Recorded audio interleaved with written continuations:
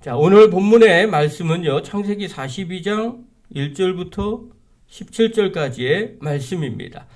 야곱은요, 베냐민을 제외한 아들들을 애굽에 보내 곡식을 사오게 합니다. 애굽 총리로서 곡식을 팔던 요셉 앞에 형들이 절을 하게 되고요.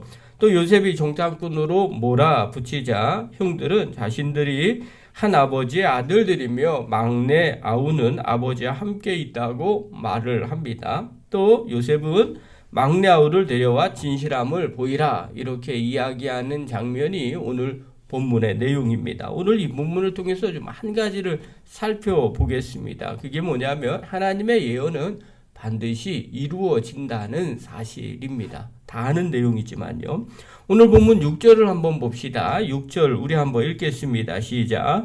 때 요셉이 나라의 총리로서 그 땅 모든 백성에게 곡식을 팔더니 요셉의 형들이 와서 그 앞에서 땅에 엎드려 절하며. 자, 요셉의 형들이요, 애굽의 양식을 사러 와서 애굽의 총리가 된 요셉 앞에 엎드려 절을 하게 됩니다. 어디서 많이 본 내용이죠. 9절 한번 보십시오. 9절. 이 장면을 보면서 요셉이 이렇게 생각을 해요. 9절 한번 읽겠습니다. 시작. 요셉이 그들에 대하여 꾼 꿈을 생각하고 그들에게 이르되 너희는 정탐꾼들이라 이 나라의 틈을 엿보려고 왔느니라. 자, 요셉이 뭐예요? 그들에게 대하여 꾼 꿈을 생각을 했다는 거예요. 절을 하는 모습을 보면서 내가 그들에게 생각했던 그 꿈들을 생각이 났다는 거죠. 그 꿈은 어떤 꿈이냐면 창세기 37장에 보면 소년 요셉이 꾼 꿈이에요. 37장 6절 이하에 보면 이렇게 나오죠. 요셉이 그들에게 이르되 청하건대 내가 꾼 꿈을 들으시오. 우리가 밭에서 곡식단을 묶더니 내 단은 일어서고 당신들의 단은 내 단을 둘러서서 절하더이다. 이 꿈을 꾸고 형들에게 얘기해 줬죠. 그것 때문에 시기를 받게 되는 거죠. 그래서 형들이 뭐라고 얘기하냐면 그의 형들이 그들에게 이르되 내가 참으로 우리의 왕이 되겠느냐, 참으로 우리를 다스리게 되겠느냐 하고 그의 꿈과 그의 말로 말미암아 그를 더욱 미워하더라 이렇게 말하죠. 또 하나의 꿈을 꿨어요. 또 꿈을 꿨는데 꿈을 꾼 중 해와 달과 11별이 내게 절하더이다 이렇게 얘기하죠. 이때는 이삭 아버지도 야곱도 책망을 하게 돼요. 그러나 아버지 야곱은 그 꿈을 마음속에 담아 두었다 이렇게 이야기를 하죠. 요셉이 지금 형들이 절하는 모습을 보면서 그때 꾼 꿈을 기억해 내고 있습니다. 그리고 그것을 생각을 하게 되는 거죠. 여러분, 소년이었을 때 그 옛날에는 요셉이 이 꿈을 꾸고 형과 아버지에게 이야기를 할 때 그 사람들이 어떻게 받아들였어요? 이거 허황된 꿈이다 이렇게 받아들였어요.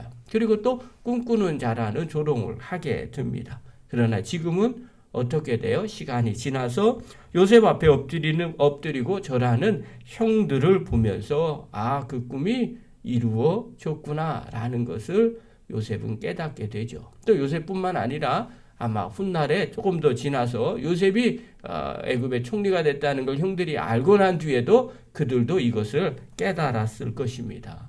그때 그 꿈이 그냥 꿈이 아니었구나. 정말 하나님이 그 꿈대로 해 주시는구나. 사랑하는 성도 여러분, 오늘 우리가 여기서 한 가지 영적인 눈이 열려지셔야 됩니다. 그게 바로 뭐냐면 하나님께서는요 자신의 뜻을 계시하시고 또 그 계시한 꿈들을 반드시 이루신다는 사실을 우리가 믿으셔야 됩니다. 여러분, 하나님은요 알파와 오메가 되시는 분입니다. 또 처음과 나중 되시는 분이십니다. 하나님은요 창조 때부터 마지막 종말 때까지 다 계획하시고 이루시는 분이 바로 우리 하나님이십니다. 그렇기 때문에 그분은 계획하시면 또 그분은 성취하시게 되지요.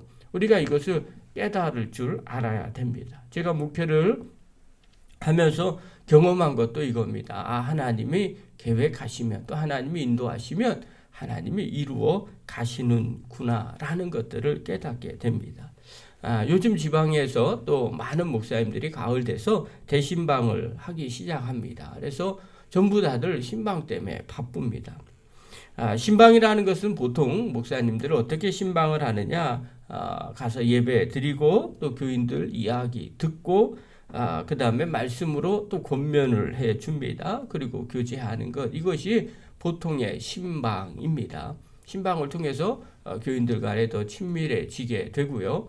또 교인들의 기도 제목이 무엇인지 알게 되고 또 그것을 놓고 기도해 주고 또 때로는 신앙생활을 잘 못하거나 또 문제가 있을 때는 가서 신앙적으로 권면도 해주는 것이 신방의 목적입니다. 그런데 저희 교회는 조금 다르게 하죠. 주신 말씀을 전해줍니다. 그래서 그것이 끝이에요. 왜 이렇게 되었는가? 보통 한 20분 정도면 충분히 하게 되죠. 저도 처음부터 신방을 이렇게 한 것은 아니었습니다. 그냥 보통 기존의 목사님과 교회처럼 그렇게 신방을 하게 되었죠. 그런데 어느 날 하나님께서 저에게 주신 은혜가 있었어요. 그게 바로 뭐냐면 신방이라는 것은 내가 말하는 것을 전해주는 것이 신방이라는 겁니다. 그러니까 다른 목사님들이 하는 신방이 신방이 아니라는 것이 아니라 신방의 목적이 약간 바뀐 겁니다. 신방의 목적은 하나님께서 친히 임재하셔서 그분의 생각과 그분의 뜻, 또 그분이 말씀하시는 것을 전해주는 것. 그것이 신방이라고 저에게는 이야기를 하셨어요. 그래서 기도하면서 신방에서 하나님께서 전해주시는 말씀을 전해주게 됩니다. 어떤 때는요, 말씀을 기도하면서 말씀을 전해 듣게 되죠. 그럴 때 고개가 갸웃할 때가 있어요. 이게 될까? 또 이런 것들이 뭐 될까? 또 이런 말씀을 이렇게 직접 해줘야 되나 하는 그런 생각들이 있을 때가 있어요. 그래도 그냥 주신 말씀이니까 그대로 전하게 되죠. 근데 시간이 지나면서 느끼는 게 저 말씀을 주신 이유가 여기에 있었구나. 또 이런 말씀이 이렇게 이루어지는구나 라는 것들을 또 보게 되고 경험하게 됩니다. 이번 11월 오늘이 11월 1일이죠.